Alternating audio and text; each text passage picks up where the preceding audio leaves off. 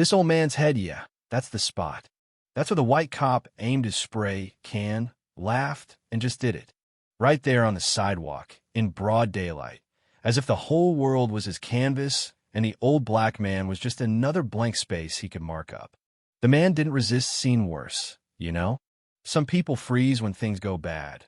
Others fight, but Ellis Winston, he just stood there. Quiet. Maybe tired. Maybe too used to losing. 7 seconds later, everything started to change. A stranger in plain clothes walked up, took a quick look, and fired off a text. You could feel something shift, even if you weren't sure why yet. Who was he? Nobody knew. Not until all this ripped through the country like a storm. That chair outside Ramsey's barber was old as the sidewalk, weathered, off-kilter, but nobody ever dared to move it. Ellis Winston sat in it every Friday, cap on his head, cane in hand, always that plastic bag of pills at his side.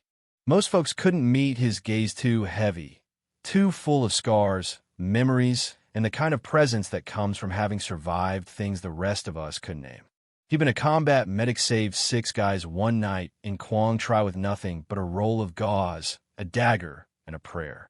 That was decades ago, though. Now he was just the old man on the corner, watching the street with eyes that didn't blink for anything. But not for Brad Kinley, the new patrol cop, the kind who didn't like anything old, unmoving, or unexplained. He stepped out of his cruiser, all swagger, sunglasses, crooked badge. Walked over like he was inspecting garbage left out too long. Didn't think these old fossils still existed. He sneered, loud enough for everyone to hear. Ellis didn't flinch. He watched a leaf drift down from the maple tree and let the insult float past him, like he'd learned not to pick up every weight thrown at his feet. This chair yours? Brad kept poking. Or do you think this sidewalk is some living memorial to guys who crawled out of jungles? A bystander slowed down, phone out. Brad caught it. Go ahead, record it. Just make sure you get my good side. He laughed like he'd already won. Don't want kids thinking these old men are heroes. Ellis finally looked up, no anger, no fear. Eyes like a void. Brad pulled out a can of red spray paint. Let me decorate you properly, old man. Nobody moved to stop him. Nobody thought he'd really do it. But then came that hiss, the sound you don't forget if you've ever been around someone tagging a wall, and red paint splattered across Ellis's scalp, his cap, even down to the collar of his white shirt. Humiliation isn't a big word when you see it in real life. Ellis didn't move. Only his cane slipped to the ground and snapped in two, the inscription Delta Medical Team face down on the concrete. Brad stepped back, admiring his work like he'd just created art, not vandalism. You ever save anyone, old man? He barked, raising the can again. Well, now it's our turn to save society from ghosts like you. That's when a young woman burst out of the barber shop, voice cracking with rage. He just got out of the hospital this morning. He's still got the wristband on, you psycho.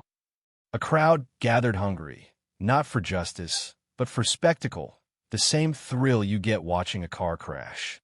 Brad turned to glare at her, but the crowd wasn't looking at her, they were looking at Ellis. Hair streaked red, shirt ruined, old blood pressure cuff loose on his wrist. Phones went up, live stream started. Brad tried to snatch one, but it was too late. 6 others already had the footage. The crowd started to shift. One woman screamed, "Don't touch him again," and someone else shouted, "That's Mr. Winston." But Brad didn't hear any of it. He was the only one in uniform, and suddenly that chair felt like it was teaching him a lesson about power without saying a word. No one moved forward, not at first, because what they'd seen wasn't just some small-town cop crossing a line. It was a cut straight into the memory of what this country pretends to respect but never really protects. For men like Ellis, who'd stood between death and life for kids who now wore badges, it was a betrayal in the shape of a red stain. Brad walked back to his cruiser, face flushed. Not with anger, but something colder, fear. For the first time, the crowd wasn't afraid of him. His phone buzzed in his pocket, didn't answer. The only message that mattered was the silence from Ellis, telling the world, when a man doesn't fight back, it's not weakness, it's because he's decided not to hurt anything anymore. It happened in a single breath, 23 seconds, one camera, one trembling hand.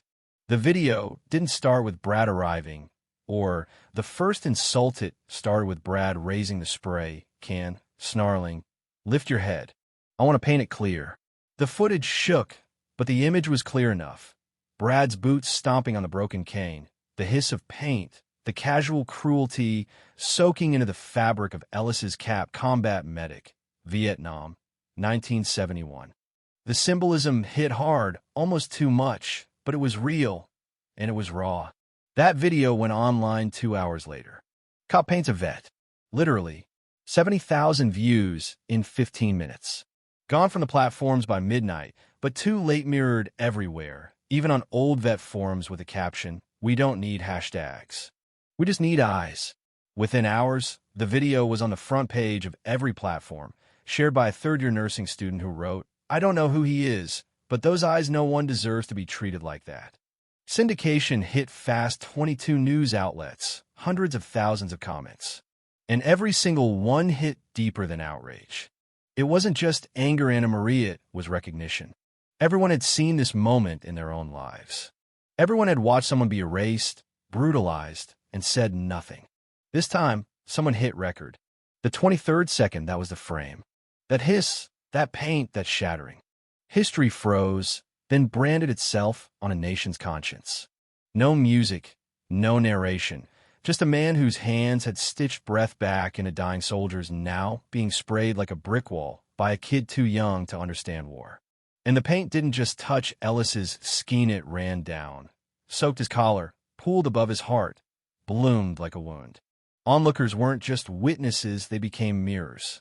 What they saw wasn't just Brad's cruelty, but their own paralysis. Ellis didn't blink. Not once. Brad, meanwhile, went back to his station, bragged to his fellow officers. "You see how he looked at me? Like he was above it all. I gave him a reason to look down." Those words would end up on posters, even painted on the precinct wall, not in support, but in fury. Because for the first time, the country didn't back the badge.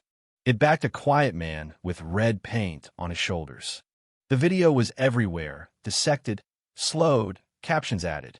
"I'm a Marine 2 tours in Fallujah. That man pulled me out of a burning Humvee. You think this is just a video? This is how they treat the people who saved us." No one argued. No one dared. And the blowback came fast. Brad was placed on administrative leave. The department issued no statement. But it didn't matter by then. The country was already repeating one sentence. "That could have been my grandfather. Would I have stood still too?" Somewhere, Ellis sat in his home, quietly cleaning paint from his cap, knowing it would never come out. Some stains stay, not because they can't be removed, but because they shouldn't.